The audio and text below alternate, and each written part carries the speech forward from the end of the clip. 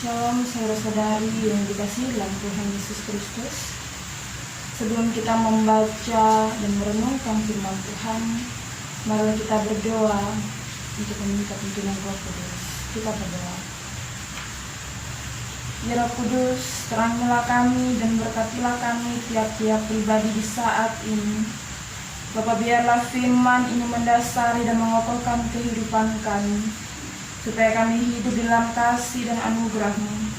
Biarlah firman ini memotivasi kami untuk selama-lamanya bersaksi tentang kasih Kristus, supaya kami menceritakan kuasa kasih Kristus itu lewat karya, kerja, perkataan, dan perbuatan kami. Di dalam nama Tuhan kami Yesus Kristus, kami berdoa dan bermohon. Amin.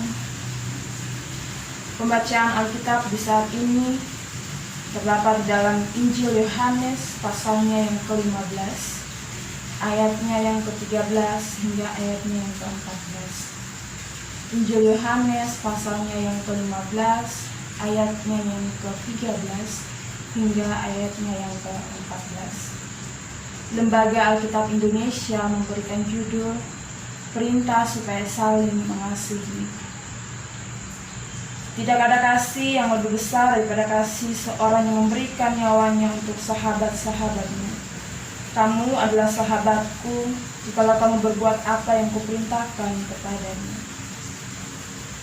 Shalom, selamat sore saudara-saudari yang dikasihi Tuhan.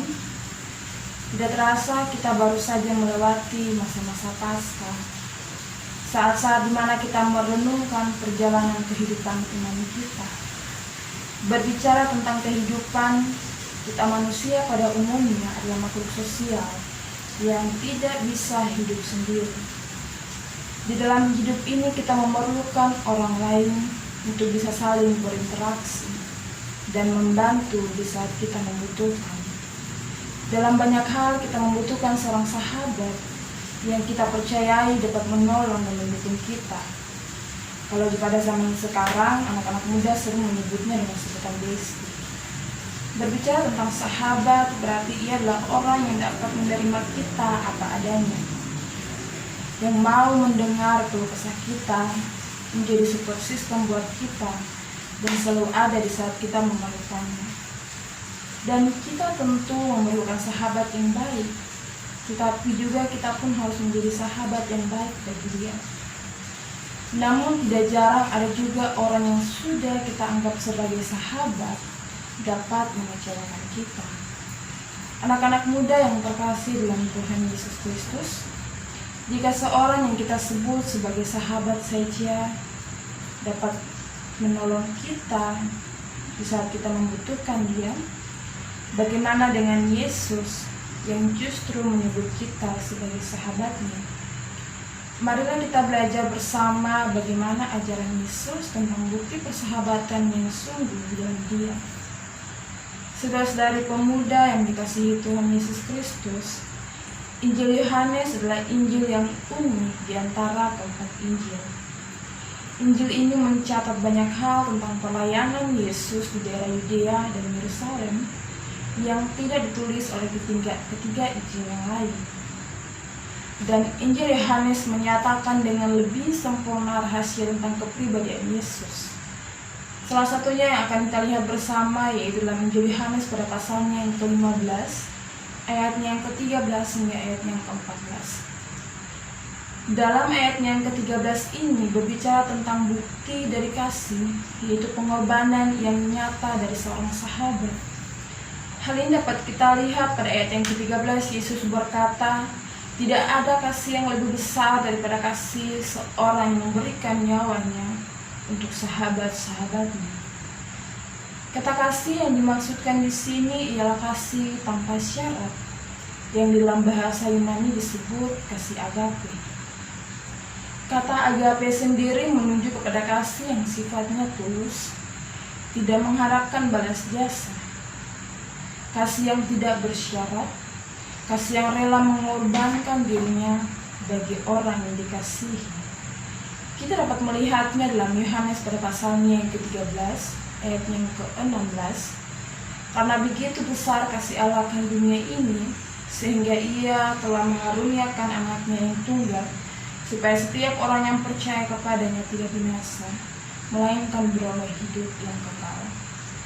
Rasul Paulus sendiri menjabarkan arti kata agape ini dalam 1 Korintus pasalnya yang ke-13 ayat 4 hingga ayatnya yang ke-7, bahwa kasih itu sabar, kasih itu murah hati, ia tidak cemburu, ia tidak memegahkan diri dan tidak sombong, ia tidak melakukan yang tidak sopan dan tidak mencari keuntungan diri sendiri, ia tidak pemarah dan tidak menyimpan kesalahan orang lain. Ia tidak bersukacita karena ketidakadilan, tetapi ia bersukacita karena kebenaran. Ia menutupi segala sesuatu, percaya segala sesuatu, mengharapkan segala sesuatu, sabar menanggung segala sesuatu. Sehingga kasih yang dimaksudkan pada bagian ini menghubungi kepada kepribadian Yesus Kristus, di mana kematian Yesus sendiri yang kian mendekat, yang dinilai sebagai tindakan pengorbanan demi orang-orang lain. Dalam pemberitaan Yesus tentang salib secara ilahi diperlukan, dan motivasi dari pengorbanan yang Yesus berikan ialah kasih. Kasih sebagai motivasi utama yang dilakukan Yesus dalam pengorbanannya, yaitu kasih terhadap semua orang yang percaya. Karena bukti langsung dari kasih ialah kesediaan untuk memberikan petunjuk lebih dahulu tentang maksud mati bagi sahabat-sahabat dan mati bagi sahabat-sahabat.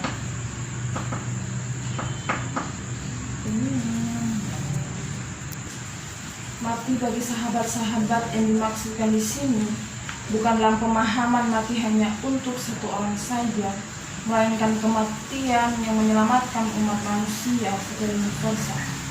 Sebab salib bukan sesuatu yang dipaksakan, melainkan sesuatu yang disambut gembira. Artinya bahwa karena kasih Allah dalam Yesus Kristus, sehingga bukti dari kasih itu adalah pengorbanan. Pengorbanan yang besar, pengorbanan yang tidak dapat dilakukan oleh siapapun. Pengorbanan inilah yang menyelamatkan saya dan saudara-saudara sekalian dari maut. Mengapa saya mengatakan maut? Karena upah dosa adalah maut. Itulah sebabnya Yesus rela turun ke dalam dunia menjadi manusia dan mati, turun ke dalam kerajaan maut, supaya saya dan saudara-saudara memperoleh keselamatan. Dan pada ayatnya yang ke-14 merupakan status yang diberikan Yesus kepada orang-orang yang dengan sungguh melakukan perintahnya.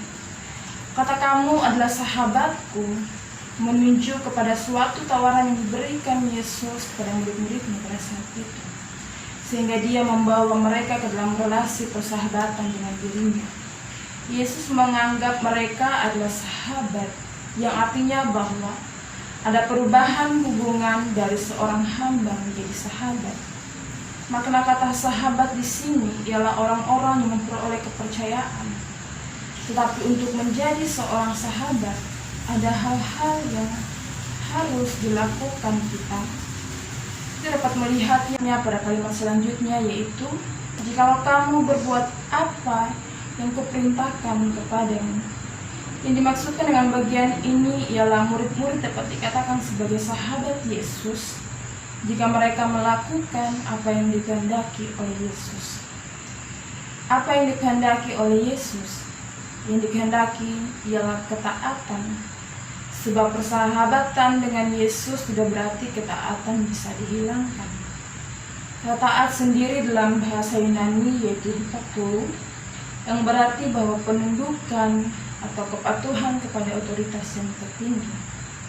Dan taat berarti penyerahan diri secara total kepada Allah sebagai satu-satunya yang mutlak patut dipercayai dan diimani. Anak-anak muda yang dikasihi Tuhan Yesus Kristus, kasih yang nyata dari sahabat yang sejati yaitu Yesus Kristus memberikan kita 3 hal penting di saat ini. Yang pertama, ingatlah bahwa pengorbanan Yesus Kristus adalah bukti nyata dari cinta kasih-Nya kepada kita. Dia rela mengorbankan nyawa untuk memberikan jaminan keselamatan bagi saya dan saudara-saudari sekalian. kematiannya yang memperdamaikan Allah dengan manusia, dan dia rela menjadi jembatan pendamaian untuk menyatukan kita dengan Allah, agar relasi antara Allah dengan manusia dapat dipulihkan kembali. Dia menderita untuk menghapus seluruh dosa-dosa kita. Yang kedua, dia menjadikan kita sebagai sahabatnya, tanpa melihat siapa kita, bagaimana keadaan kita. Tapi dia mau menjadikan kita sahabatnya, dan mau agar kita menjadi sahabat yang taat untuk melakukan kehendaknya. Dan yang ketiga, dia menginginkan agar tindakan kasih itu menjadi nyata dalam perbuatan kita, supaya kita mengasihi Allah, tetapi kita juga bisa mengasihi sesama kita, karena Allah sudah lebih dahulu mengasihi kita manusia yang berdosa.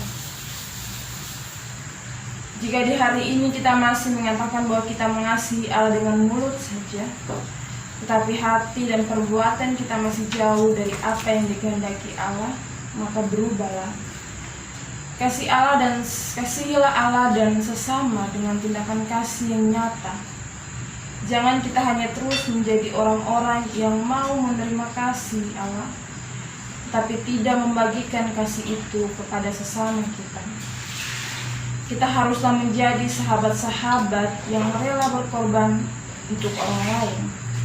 Jika kita lihat ada orang yang kesusahan, maka tugas kita adalah menolong. Kalau kita lihat dalam persekutuan anak-anak muda ini, ada teman-teman yang mulai menjauh dari persekutuan, maka tugas-tugas saudara-saudara adalah merangkul mereka. Kalau Yesus saja mau mati untuk kita sebagai bentuk rasa cinta kasih-Nya bagi kita, maka kita pun harus menjadi manusia yang memiliki kerelaan hati untuk berkorban dalam menolong sesama. Kita haruslah memiliki kepekaan dalam melihat orang-orang di samping kita. Mungkin ada teman atau saudara kita yang meminta tolong, maka tugas kita adalah menolong mereka. Jadilah seorang sahabat untuk siapa saja. Dan saat ini saya mau mengingatkan untuk anak-anak muda agar untuk berhenti membuat geng-geng atau kelompok-kelompok. Karena kelompok-kelompok inilah yang akhirnya membuat saudara-saudara jadi memilih saat menolong orang.